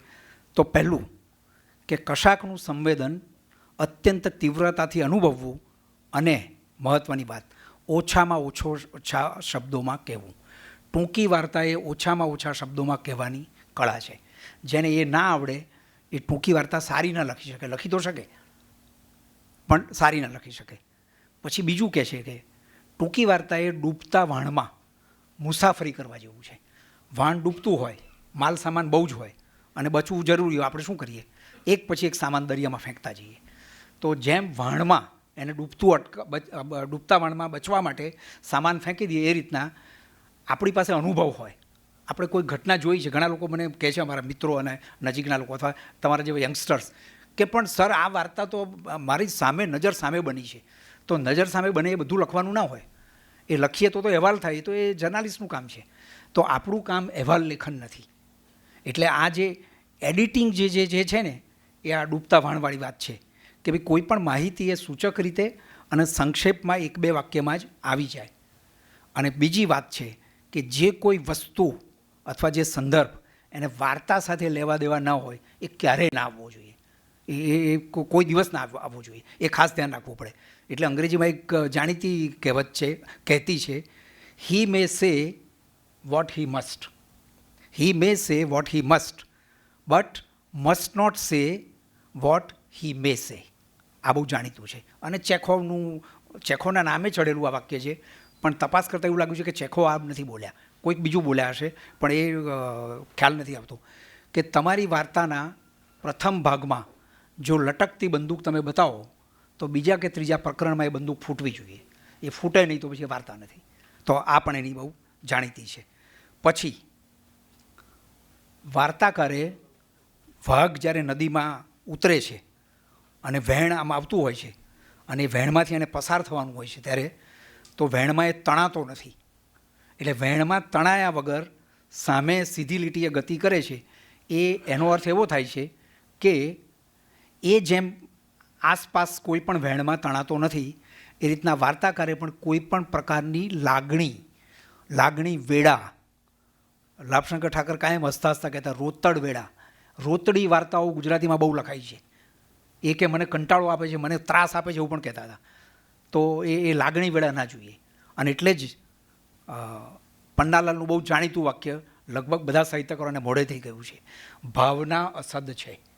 ભાવનાશાળી માણસ સર્જક ના થઈ શકે, ભાવનાને કોઈ સ્થાન જ નથી. આ તમે કરો, એ નિર્મમ હોવો જોઈએ ઘટના પ્રત્યે, વ્યક્તિ પ્રત્યે નહીં, કે એ પછી આપણે વાત કરીશું એનું, એટલે એ નહીં. પછી વાચકના ચિત્ત પર એને કથન દ્વારા અસર મૂકવાની છે, વર્ણન કે વિવરણ દ્વારા નહીં. એટલે કથન એ એનો મહત્વનો અંશ છે વાર્તાનો. પછી એક પોપ્યુલર એવી માન્યતા છે કે ભાઈ વાર્તામાં ઘટના અનિવાર્ય છે કે નથી. તો એક આપણે ત્યાં વાર્તાકારોનું એક એવું જૂથ આવ્યું કે એને કોઈ ઘટનાની કોઈ અમને જરૂરત નથી, અમે ઘટના વગર પણ વાર્તા લખી શકીએ. પ્રયોગો પણ થયા. સુરેશ જોશી પછી કેટલાક જે વાર્તાકારો આવ્યા અને પ્રયોગો નિષ્ફળ પણ ગયા, કારણ કે કોઈ પણ નામઠામ વગરની, માણસની ઓળખ વગરની, પાત્રની ઓળખ વગરની વાર્તાઓ કંઈ વાર્તા ન થાય. કારણ કે જીવન નથી તો વાર્તા નથી, અનુભવ નથી તો વાર્તા નથી, તો ઘટના નથી તો વાર્તા નથી, એવું કહેવાય છે. અને હું અંગત રીતે મને કોઈ પૂછે તો હું કહું કે ઘટના વગર વાર્તા હું લખી શકું નહીં, મને ઘટના વગરની વાર્તા આવડે નહીં. પણ ઘટનાને બને એટલી પાતળી કરી દેવાની વાત જે છે એ છે. એટલે બક્ષી કહેતા કે કશું ઘટિત ન થાય તો વાર્તા સંભવે જ નહીં. ઘટના ઇઝ ટોટલ લાઈફ, એવું કહેતા હતા. ઘટના ઇઝ ટોટલ લાઈફ. ઘટના વિનાનું જેમ જીવન ન હોય તેમ વાર્તા પણ ન હોય.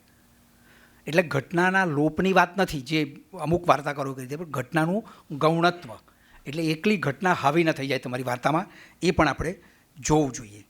હવે ટેકનિક, હરીડલી હું થોડાક જ મુદ્દાઓ કરું છું, બીજી ઘણી બધી વાતો રમેશભાઈ પાસે સાંભળવાની છે આપણે. ટેકનિક શું?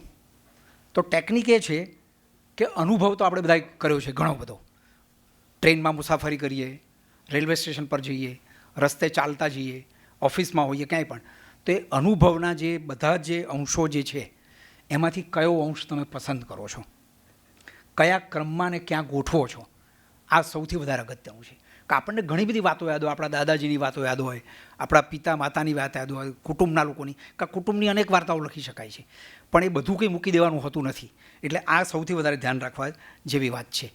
પછી કોઈક એવું પૂછે, કારણ કે આ મહત્ત્વનું આ છે કે ભાઈ ટૂંકી વાર્તા કેટલી લાંબી હોય ને કેટલી ટૂંકી હોય, આ પ્રશ્ન બધાને સતાવતો હોય છે. તો આપણે લઘુકથાની વાત નથી કરતા, પણ ટૂંકામાં ટૂંકી વાર્તા કોની હોય, કેટલા પાનાની હોય. તો મને ખ્યાલ છે ત્યાં સુધી, રમેશભાઈ સુધારે હું ખોટો હોઉં તો, જમનાનું પૂર રાવી પાઠકની વાર્તા 2 કે 3 પાનાની વાર્તા છે. એ આપણી ભાષાની સૌથી નાની વાર્તા છે. અને તે પછી ઘણા બધા વાર્તાના પ્રયોગો કર્યા છે. એટલે આવી નાનામાં નાની. અંગ્રેજી ભાષામાં મેં ઘણી બધી વાર્તાઓ વાંચી છે, પણ મને અત્યારે 2 યાદ રહી ગઈ છે. એક છોકરી નામની વાર્તા હતી મૂળ શીર્ષક ધ ગર્લ છે અને જમૈકા કિનકેડ નામની વેસ્ટ ઇન્ડિયન એક લેડી રાઇટર છે, એણે લખેલી. એ 1.5 જ પાનાની વાર્તા છે, ધ ગર્લ, છોકરી. એક બીજી વાર્તા મને યાદ આવે છે, કેટ શોપા કરીને અમેરિકન વાર્તાકાર છે, એમણે પળની વાત કરીને એક વાર્તા લખી છે. તો એ પણ એટલી જ નાની છે. મોટી વાર્તા મોટી 40 પાનાની હોય પણ 50 પાનાની પણ હોય, પણ એવું કહે છે આ બધા જે વિવેચકો પ્રસિદ્ધ કે સિંગલ ઇફેક્ટ વાર્તામાં હોવી જોઈએ. વાર્તામાં કશું આમ તેમ આડું અવળું થવું ના જોઈએ, ભલે 40 પાના હોય કે 50 પાના હોય, પણ કેન્દ્રીય વિચારની આસપાસ રહેવી જોઈએ. તો એ પછી ટૂંકી વાર્તા કોની લખાય, કોની વાર્તા ટૂંકી લખીએ આપણે એમ. તો એક સામાન્ય રીતે એવું બન્યું છે કે ટૂંકી વાર્તા કોઈ નાનકડા મામૂલી માણસને લઈને લખાય તે એનું વિશિષ્ટ લક્ષણ છે. તમે ટૂંકી વાર્તાઓ કોઈ પણ તપાસ કરજો તો 100માંથી તમને 70થી 80 વાર્તાઓ ઓર્ડિનરી લોકોની, ઓર્ડિનરી હ્યુમન બિંગ્સ, એની વાર્તાઓ તમને વધારે જોવા મળશે. દાખલા કે વિદેશમાં રશિયન વાર્તાની વાત કરીએ તો ગોગોલનો ઓવરકોટ એવું એક જાણીતી કહેતી છે કે જગતની બધી જ વાર્તાઓ ગોગોલના ઓવરકોટના ખિસ્સામાંથી આવી છે. એટલે એ બહુ મહત્ત્વની વાર્તા છે. ઓવરકોટ વાંચવી જોઈએ બધાએ. એનો ગુજરાતી અનુવાદ પણ છે, થયેલો છે. હા, ફિલ્મ પણ આવેલી છે, યસ. પછી આવા જે એકાકી કે એકલા પડી ગયેલા માણસોની વાર્તાઓ ગુજરાતીમાં પણ છે. દાખલા તરીકે ધૂમકેતુની પોસ્ટ ઓફિસ, પછી એક બીજી વાર્તા છે ભૈયા દાદા, પછી એક ત્રીજી વાર્તા છે મુકુંદરાય. તો આ બધા કોણ છે? તો આ બધા લોનલી વોઇસીસ છે. ટૂંકી વાર્તાનું એક મહત્ત્વનું, ટૂંકી વાર્તાનું વિવેચનનું એક મહત્ત્વનું પુસ્તક છે, એનું ટાઇટલ પણ આ છે, the lonely voice. The lonely voice Frank કોનોરનું હોય કે રમેશભાઈ કંઈક યાદી આપવાના છે તમને. એમણે ખાસી મહેનત કરી છે કે વાર્તાના વિવેચન ગ્રંથો, કઈ વાર્તાઓ તમારે હમણાં વાંચવી જોઈએ અને બીજું ઘણું બધું એ રમેશભાઈ આપવાના છે તમને. એ વધારે વાત પણ કરશે. તો આ ટૂંકી વાર્તા આવા લોકોની હોય છે. એ સમાજની સપાટી નીચે ઢંકાયેલો, પડેલો, દબાયેલો, કચડાયેલો વર્ગ છે. આ કચડાયેલા વર્ગની વાર્તાઓ પણ ગુજરાતીમાં થયેલી છે. સુંદરમની માજાવેલાનું મૃત્યુ એનું ઉત્તમ ઉદાહરણ છે. એ વાર્તા પણ વાંચવી જોઈએ. જો વાર્તાકાર થવા માગતા હોઈએ આપણે તો આ માજાવેલાનું મૃત્યુ વાંચવી જોઈએ. હિમાંશી શેલત આપણા આધુનિક વાર્તાકાર છે અને એમણે લગભગ 10 કે 11 સંગ્રહો છે. એમણે બહેનો અને જેને આપણે છેવાડાનો માણસ કહીએ, પણ છેવાડાના માણસમાં પણ વેશ્યાઓ અને બીજા જે શોષિત, પીડિત અને દલિત શબ્દનો એક જ અર્થ થાય છે એવું નથી. દલિત એટલે જે સૌ કોઈનું દલન થયું છે તે. તો અહીંયા હું તો સ્ત્રીને પણ દલિત કહું કે સ્ત્રીઓથી વધારે દલન આપણી ભૂમિ ઉપર કોઈનું થયું નથી. તો આ બધા લોકોની વાર્તાઓ એમણે લખેલી છે. તો એમની ખાસ નોંધપાત્ર વાર્તા ઘણી બધી છે. અંધારી ગલીમાં સફેદ ટપકું, આ વાર્તા બહુ જ સુંદર છે. આખી વાર્તા હું કહેવા નથી બેસતો. વૃંદાવનમાં વિધવા થયેલી સ્ત્રીઓને ત્યાં મૂકી આવવામાં આવે છે. એમને કુટુંબમાં એમનો સમાવેશ હોતો નથી. બધી જ સ્ત્રીઓનું પહેરેલું જે વસ્ત્ર હોય સફેદ હોય છે. તો એમણે એવું કહ્યું કે આ સ્ત્રીઓ બધી જે ત્યાં રહે છે એ એટલી દયનીય સ્થિતિમાં રહે છે કે એમનું ખાવાનું કે રહેવાનું, એ જો જગ્યા જુઓ તો તમારી આંખમાંથી આંસુ આવી જાય. તો એ સ્થિતિમાં રહેતી એટલે અંધારી ગલી. તો અંધારી ગલીમાં સફેદ ટપકા, આ સંગ્રહને કેન્દ્રીય એકેડેમીનું ઇનામ પણ મળેલું છે. એમની બીજી વાર્તા છે જે આવા શોષિતો, પીડિતો, રહિતો, તો એની વાર્તા છે એક બારણું અને કિંમત. આ વાર્તાઓ પણ બહુ જ સરસ છે. આપણે અનુકૂળતા હશે તો પછી એની વાત કરવી હશે તો કરીશું, અથવા પ્રશ્નોત્તરીમાં, પણ અત્યારે હું એમાંથી જતો નથી. આ લોકો એટલે આ જે લોકો ઉપર વાર્તાઓ લખાય છે તે સમાજથી પરાજય પામેલા હોય છે. સમાજ એમને માર્ગદર્શન આપતો નથી, એમની અપેક્ષા સંતોષતો નથી, સમાજ એમને કોઈ પણ ભાવે સ્વીકાર કરતો નથી. ટૂંકી વાર્તા અસમધારણ એટલે એબનોર્મલ સમાજનો ખ્યાલ રજૂ કરે છે. એકાકીપણે જીવતી, બહિષ્કૃત, ફેંકાઈ ગયેલી, સદા ઉપેક્ષા પામતી વ્યક્તિઓનો અનુભવ આપણને કરાવે છે. ટૂંકી વાર્તા આપણને આપે છે માનવીય એકલતાનું ઉગ્ર ભાન. આ લોનલીનેસનું જો ભાન જો કરાવતું હોય તો આ ટૂંકી વાર્તાનું સ્વરૂપ છે, કારણ કે એની પાસે એ તાકાત છે. અને તમે જોજો કે આ લગભગ સાચું પડશે. આ પાત્રો બધા આ જ પ્રકારના હોય છે. પછી કલાત્મક ટૂંકી વાર્તા આપણે કોને કહીએ એવો એક પ્રશ્ન થાય કે સરસ વાર્તા, તમે અદ્ભુત વાર્તા કોને કહો એમ. તો એની ઘણી બધી વાતો છે, પણ એક વાત મારા મનમાં બેઠી છે, હું ખાલી કહું છું. બીજી ચર્ચામાં વાતો થઈ શકે, રમેશભાઈ પણ કહી શકશે વધારે. કલાત્મક ટૂંકી વાર્તા એ જીવન બોધ નથી. આ પહેલી વસ્તુ તમે લખી રાખજો કાયમ માટે, મેં પણ લખી રાખી છે. જીવનનું કોઈ બોધ કરાવવાનું કામ ટૂંકી વાર્તાકારનું નથી. સમાજને સુધારી દેવાનું કામ ટૂંકી વાર્તાનું નથી. એ કામ સમાજ સુધારક કરશે, અને અત્યારે કરી રહ્યા છે કે નહીં મને ખબર નથી, પણ રાજકારણીઓ કરશે જો કરે તો, બરાબર, અથવા બગાડશે, જે હોય તે, તો એ કરશે. પછી તત્વબોધ પણ નથી. ટૂંકી વાર્તા એ ફિલોસોફી નથી. એટલે હું માર્ક્સવાદમાં માનતો હોઉં તો માર્ક્સવાદની વાતો આવ્યા કરે, અને પછી હું કહું કે આ વાર્તા મેં લખી છે, તો એ માર્ક્સવાદ એ વાર્તા નથી ભાઈ. હું ગાંધીવાદી હોઉં તો ગાંધીવાદ એ વાર્તા નથી. ગાંધીવાદની તમને આશ્ચર્ય લાગશે મજાક ઉડાવતી વાર્તાઓ, મજાક, એમના સમયમાં જ્યારે ગાંધી હતા ત્યારે મેઘાણી અને સુંદરમ બંને લખેલી છે. મેઘાણીએ પણ લખેલી છે. એક વાર્તા ટાઇટલ યાદ નથી, પણ એમાં આશ્રમમાં બાપુનો એક બહુ અત્યાગ્રહ એ હતો, બીજા બધા ઘણા અત્યાગ્રહોમાં, એટલે આમાં ગાંધીજી વિશે સહેજ પણ હું કોઈ પેલું એ ભાવથી નથી બોલતો. એમને તો 1000 સલામ કરીએ તો ઓછી છે, પણ એમનો જે આગ્રહ હતો બ્રહ્મચર્યનો, એટલે તો પછી તો આશ્રમમાં તો પ્રેમમાં પણ ન પડાય. તો આશ્રમમાં એક યુવાન હોય તો એનું સહજ પહેલું તો ઉદ્રેક કયો હોય તો એ તો પ્રેમમાં જ પડે ને, બીજું શું કરે એમ, right. It is better to be loved and lost than not to have loved at all. અથવા તો શેક્સપિયરનું છે કે સરસ છે શેક્સપિયરનું કે ના, હા, the lovers, the lunatics and the poet are all of compact imagination. Compact એટલે લવર, પ્રેમી, ગાંડો, મેડ, અને પોએટ, આ બધાની જે કલ્પના જે શક્તિ જે છે એ કોમ્પેક્ટ હોય છે. એટલે આ છે. તો આ જે બંને યુવાન અને યુવતી પ્રેમમાં પડ્યા છે, તો એમાં વચ્ચે વિઘ્નો ઊભા કરવા માટે એ આશ્રમના જે વડીલો જે પ્રયાસ કરી નાખી, જે હાસ્યજનક જે પરિસ્થિતિ ઊભી કરે છે, એની વાર્તા છે. તો આવી વાર્તા પણ એ વાર્તા તો વાર્તા સારી છે, પણ આ ન થઈ શકે. તત્વબોધ નથી, એ તર્કબોધ પણ નથી. લોજિકલ હું કન્ક્લુઝન લાવ્યો કે હું આમ કર્યું કે તેમ થયું, એ પણ નથી. તો વાર્તા એ શું છે? તો વાર્તા એ રસબોધ છે. આ લાભશંકર ઠાકરની વ્યાખ્યા છે. રસબોધ છે. રસબોધ ન કરાવે, તમને રસનો બોધ કરાવે, ત્યારે એ વાર્તા છે. તો વાર્તા આ રીતના છે. પછી સૌથી મહત્ત્વનું જે મને જે લાગે છે તે, તમે સંમત હો તો પણ બરાબર છે, ન સંમત હો તો વાત ચર્ચામાં કહેજો. કરુણા વિના કલાનો ચમત્કાર નથી. જો સર્જકના મનમાં કરુણા નથી તો એ કલા નથી, અને કરુણા નથી તો એ વાર્તા નથી. તો કરુણા વિના કલાનો ચમત્કાર શક્ય નથી.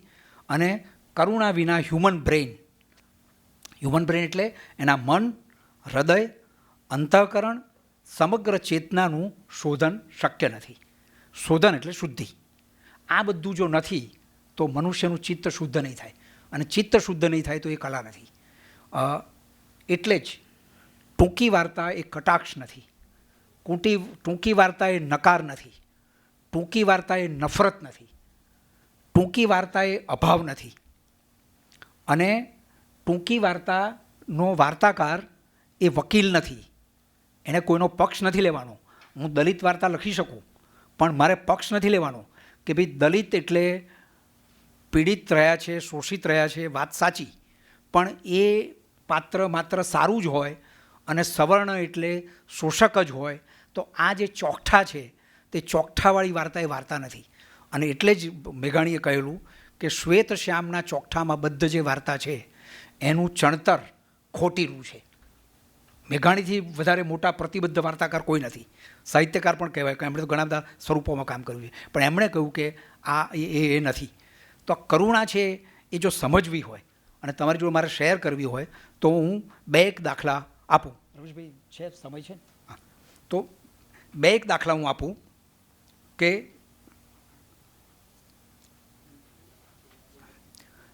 શેક્સપિયરની આપણે વાત કરતા હતા, તો શેક્સપિયરના ઘણા બધા નાટકોમાં એ કરુણાનો બહુ મોટો સર્જક હતો.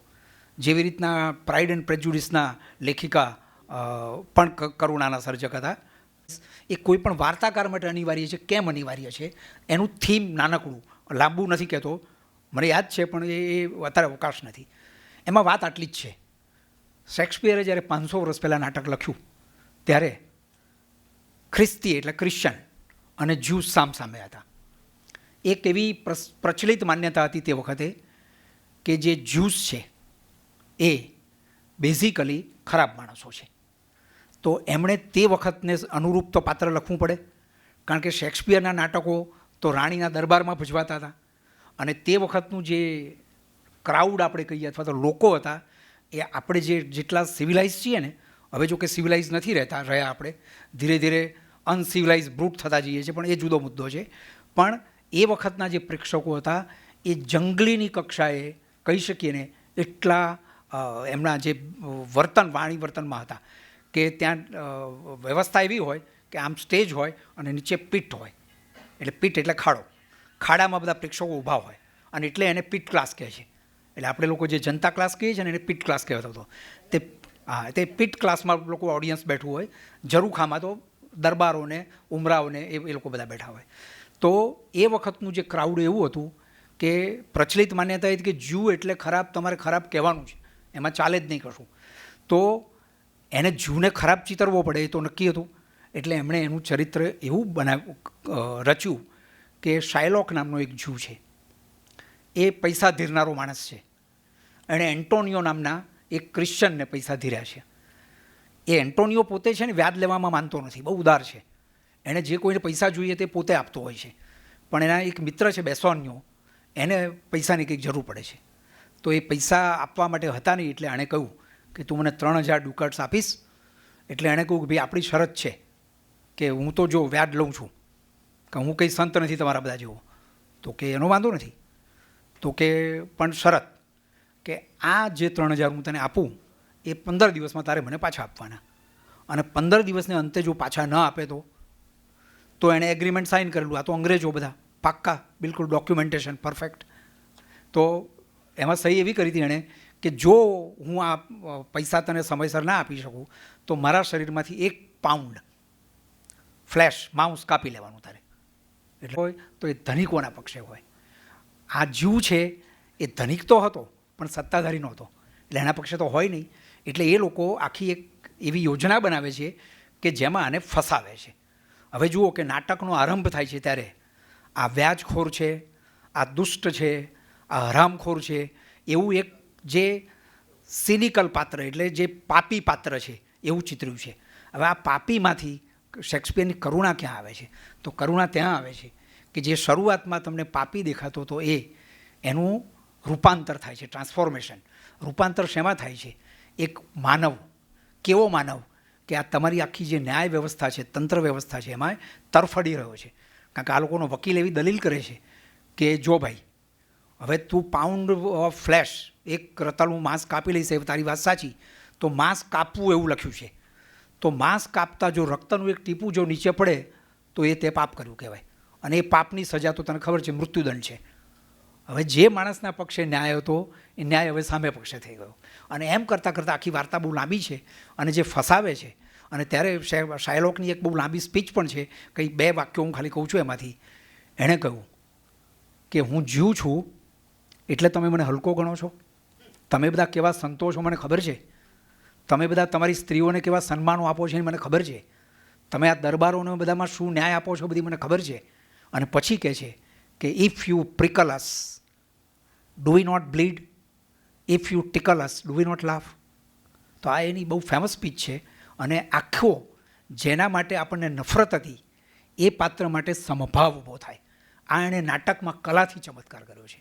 એટલે વાત જે મારે કહેવાની હતી એ છે કે કોઈ પણ સર્જક વાર્તા ગમે તેની લખે પણ એ કોઈને ધિક્કારી શકે નહીં. એનો જે દ્રષ્ટિ છે કરુણા દ્રષ્ટિ છે, અને એની દ્રષ્ટિ છે સમભાવની દ્રષ્ટિ છે. સંભાવ નથી તો વાર્તા નથી, અથવા સંભાવ નથી તો કલા નથી, અથવા સાહિત્ય નથી. તો આ એક બહુ જ મહત્ત્વની વાત છે. આપણે ટૂંકી વાર્તાની વચ્ચે વાત કરી હતી તો એમાં સૌથી ટૂંકી વાર્તા એક મેં નોંધ કરી છે, અત્યારે મારા ધ્યાને પડી. ટૂંકામાં ટૂંકી વર્લ્ડની શોર્ટેસ્ટ શોર્ટ સ્ટોરી કઈ? તો અર્નેસ્ટ હેમિંગ્વે અમેરિકન વાર્તાકાર છે, એમણે બહુ જ સુંદર વાર્તાઓ લખી છે. એમના પણ ગુજરાતી અનુવાદો ઉપલબ્ધ છે, વાંચજો તમે.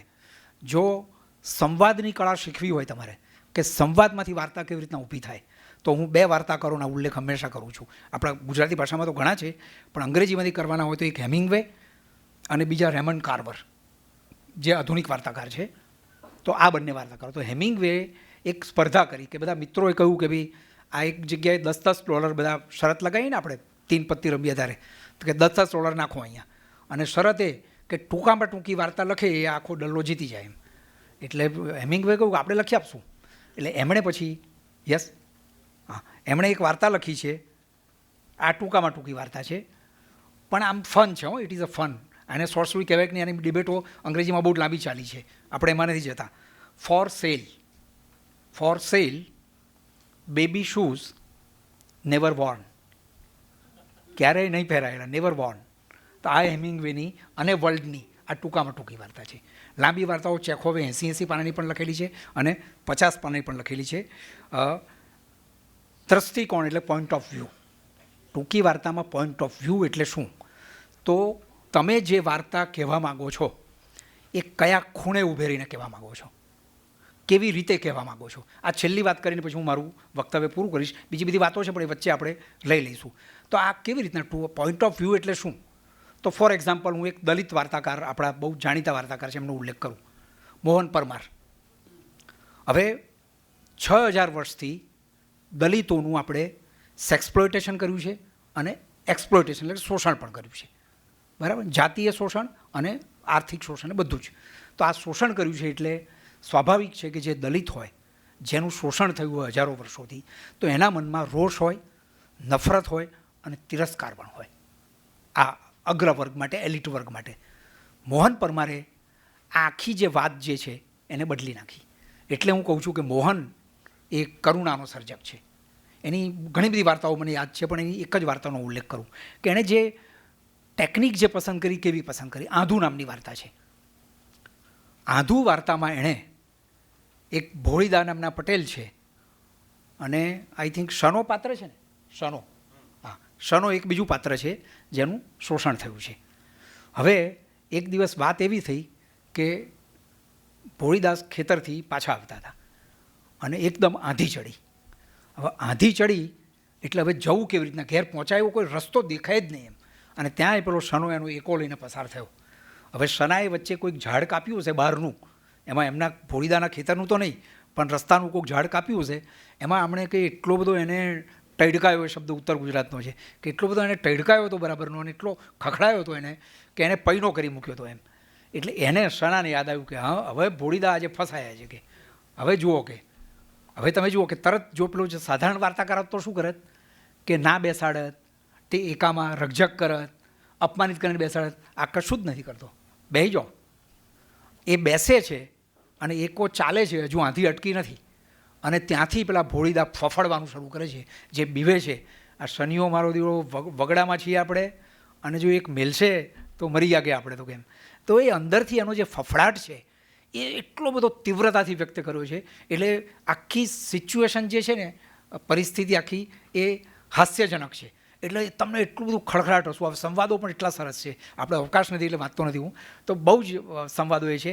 એટલે ભોળીદા ફફડાયા કરે છે અને પેલો મનમાં હસ્યા કરે છે. એ કશું કરવાનું નથી. અહીં કરુણા છે કે એ કશું કરવા નથી માગતો. એ કે કોણ એના જેવા થાય એમ એના મનમાં, એ કશું કરવાનું નથી. આંધું સમી જાય છે, ભોળીદાનો શ્વાસ હેઠો બેસે છે અને વાર્તા પૂરી થાય છે. આ આંધું. એટલે એણે શું કહ્યું કે આ જે થીસીસ જે મૂકી, એક્સપ્લોઇટેશનની સામેની થીસીસ શું કે ભાઈ જેણે તમારું 6000 વર્ષથી શોષણ કર્યું એ તો અંદરથી પોલો છે, ખોખલો અને બિક્કણ છે. કે આ જો એક સહેજ આંધું આવ્યું એટલામાં કેવો આમ ફફડી ગયો એમ. તો આ એણે કહેવું હતું કે આ જે સમાજ છે. બીજી પણ એણે વાર્તાઓ લખી છે કે દલિત અને સવર્ણના પ્રેમની પણ એટલી સુંદર હિરવણું વાર્તા છે, એ પણ વાંચવા છે. તો આ ચમત્કાર છે, આ પોઈન્ટ ઓફ વ્યૂ. આ મોહને કયા ખૂણેથી વાર્તાને જોઈ, તો આ વાર્તા છીંડુ નામની વાર્તા પણ છે એક સરસ. એવી તમને એક બીજી અંગ્રેજીની 2 વાર્તાઓ છે, એનો હરીડલી ઉલ્લેખ કરું. એક જમૈકા કિન્કેડની મેં વાત કરી ને, તો એ ગર્લ નામની વાર્તા, એ વાર્તા વેસ્ટ ઇન્ડિઝની કંઈક કોલોનીની વાર્તાકારે વાર્તા લખી છે. હવે કોલોની એટલે આપણે ખબર છે કોલોનાઇઝેશન. અંગ્રેજોએ જ્યાં જ્યાં જઈને એમની કોલોનીઝ વસાવી અને ત્યાંના લોકોનું શોષણ કર્યું. આપણે ત્યાં પણ કર્યું હતું, ભારતના લોકોનું પણ. તો એ શોષિત સમાજ હોય એ વાર્તા લખે તો કેવી વાર્તા લખે? એક માં છે, એની દીકરીને સૂચના આપે છે. આખી વાર્તામાં દીકરી એક જ વાક્ય બોલે છે અને બાકીના જે 50 વાક્યો છે એ માં બોલે છે. ત્રીજું કોઈ પાત્ર નથી, કોઈ પ્રસંગ નથી, કશું જ નથી. અને માં એને સતત કહે છે, જો સરખી રીતના ચાલજે, થૂંકવાનું પછી આપણે ખસી જવાનું, કપડાં સરખા પહેર, તું કેવી ગંદી લાગે છે, તને ભાન નથી પડતું, કપડાં આવી રીતના ધોજે, સ્ટાર્ચ ના નાખતી, તારા પપ્પાનું શર્ટ આવી રીતના ધોજે, શા કામ કરાય, શા કામ સમારાય, આમ રંધાય, એ ઇન્સ્ટ્રક્શન્સ આપ્યા કરે છે. એ ઇન્સ્ટ્રક્શનની પાછળ જે સૂર છે કયો છે કે તારે એક સરસ સુસંસ્કારી થવાનું છે. આ સુસંસ્કારનો ખ્યાલ કોણે રોપ્યો? અંગ્રેજોએ રોપ્યો. એટલે અંગ્રેજોએ જે તમારા પર અસર કરી છે એ અસર એવી છે કે માં સતત બોલ્યા જ કરે છે. પછી કે જો એક સરસ વાક્ય આવે છે કે જ્યાં પેલી છોકરી બોલે છે કે બ્રેડ લેવા જાય ને તો આમ સહેજ દબાવીને જોઈને લેવાની એમ. એટલે પણ પેલી છોકરી કે હળવેરીને કહે છે આ માસ્ટર સ્ટ્રોક છે કે પણ જો મને બ્રેડને પેલો અડવા ન દેતો, આ ધીસ ઇઝ કોલોનિયલિઝમ. એણે આટલી જ વાર્તા, એક જ પાનાની વાર્તા છે અને એમાં વાર્તામાં જે કમાલ કર્યો છે, સતત સૂચનાઓ આવ્યા કરે, બીજું કશું જ નથી. અને છોકરી એક જ વાક્ય બોલે છે, પછી છેલ્લે પાછું ફરી વાક્ય બોલે છે, પણ મને અડવા ન દેતો, અને વાર્તા પૂરી થાય છે. તો આ જે એંગલ, આ પોઈન્ટ ઓફ વ્યૂ આ છે. એક સ્ટોરી ઓફ એન અવર મેં જે વાત કરી પળની વાત, એમાં વાત એ પણ 1.5 કે 2 પાનાની વાર્તા છે, કેટ શોપાની. તો એમાં મિસ્ટર માલાર્મ અને મિસિસ માલાર્મ 2 પાત્રો છે. જોસેફાઇન એની બહેન છે, એ પેલા મિસિસ માલાર્મની. મિસ્ટર માલાર્મ બહાર ગયા છે અને પ્રવાસમાંથી આવવાના છે આજે, એટલે એને એમ છે કે આજ સાંજે આવી જશે. ત્યાં અચાનક એમના ભાઈએ એમને કંઈક જાણ કરી જોસેફાઇનને કે ભાઈ હમણાં ટ્રેનને એક્સિડન્ટ થયો છે અને જે યાદી જે છે મૃતકોની એમાં મિસ્ટર માલાર્મ છે, એટલે એ મરી ગયા છે. હવે આ સમાચાર મિસિસ માલાર્મને કેવી રીતના આપવા? એટલે પેલી જોસેફાઇન ચિંતામાં પડે છે કે આને મારે સમાચાર કેવી રીતના આપવા. ડરે છે, ગભરાઈને ધીમેથી કહું, એક વાક્ય કહું, એક શબ્દ કહું, સાચવીને કહું, પહેલાં એમ કહું કે ના એક્સિડન્ટ જ થયો છે ને પછી કહું, શું કહું, એની ચિંતામાં છે. અને પછી એ કહે છે, એટલે કહે છે એટલે પેલી મિસિસ માલાર્મ એકવાર સહેજ જોશથી રડે છે, પછી ચૂપ થઈ જાય છે. પછી કહે છે લીવ મી એલોન, મને હવે એકલી છોડી દો, મારી પાછળ કોઈ ના આવશો. ઉપર જઈને બારણું બંધ કરી દે છે. બારણું પેલી ખખડાવે છે, જોસેફાઇન ખોલતા નથી, બારી ખોલે છે. એમાંથી પ્રકૃતિનો વૈભવ દેખાય છે, મુક્તિનું આકાશ દેખાય છે. અને એને યાદ આવે છે કે આખી જિંદગી હું આ માણસ માટે જીવી, એ તો ક્યાં મારા માટે જીવ્યો જ છે. અને એની આખી ચાલુ થઈ જાય છે. પેલો મરી ગયો છે માણસ, અને છતાંય આ વિચારી શકે છે કે કેવી મજા, મુક્તિની કેવી મજા, સ્વાતંત્ર્યની કેવી મજા. આમ વિચારતી હોય છે. બારણું ખખડ્યા કરે છે, પુષ્કળ ખખડે છે, બહાર આવે છે. ધીમે રહીને એમ ઉતરતી હોય છે. મિસ્ટર માલાર્મ સીડીની નીચે ઊભા છે. એક બીજો કોઈક એમનો ભાઈ રિશાર કે એવો કંઈક છે, એ આમ આડો ઊભો છે, એટલે એમને દેખાતું નથી કે માલાર્મ ક્યાં છે.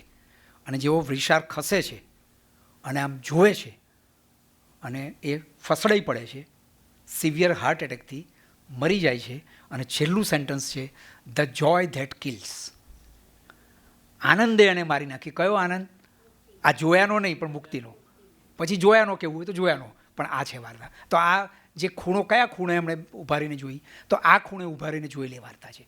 તો તમે વાર્તાકારો પણ જ્યારે કોઈ પણ વાર્તાનું જ્યારે કથાનક મનમાં આવે ને, ત્યારે હું આરંભ શું કરીશ, મધ્યમાં શું કરીશ, અંત શું કરીશ, મારો એંગલ શું હશે, કઈ વાત કહેવાની છે એટલે સીધી નથી કહેવાની, કારણ કે એ તો વ્યંજનાથી કહેવાની છે. તો આ બધું આપણે વિચારીએ ને તો આપણી વાર્તા થોડીક પરફેક્શન તરફ જાય. બીજી ઘણી બધી વાતો છે, પણ રમેશભાઈ ભાષા પછી કથન કેવી રીતના કરવું એ ઘણી બધી વાતો એ કરવાના છે. એટલે હવે રમેશભાઈને હું વિનંતી કરું કે તમારી સાથે થોડી વાત કરે. આભાર.